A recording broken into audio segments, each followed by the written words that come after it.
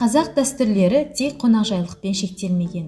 Олардың ішінде тәрбие, отбасыға қатысты, еңбек туралы да дәстүрлері жеткілікті.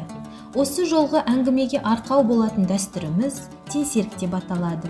Теңсерік деп бағзы кезде бай адамдар өзінің иелігіндегі жерлердің шөбін орғызуға басқа адамдардың көмегін пайдаланған. Және шабылған шөптің жартысы шапқан адамға тиесілі болған. Жалшының тарапынан шөптің бәрі жиналып қана қоймай, жұмыс белгіленген уақыт аралығында аяқталған.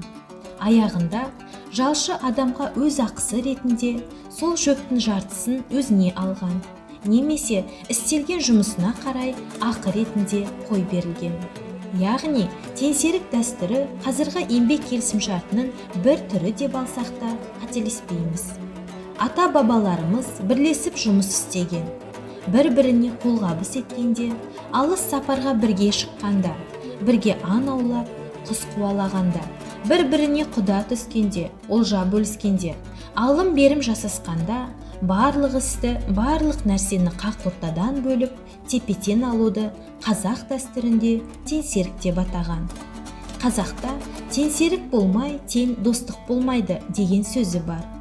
Теңсерік сөзінің түбірі тең, яғни бірдей, артық кемі жоқ деген сөз. Ал серік сөзі жолдас, жора, жақын, ағайын деген ұғымды білдіреді.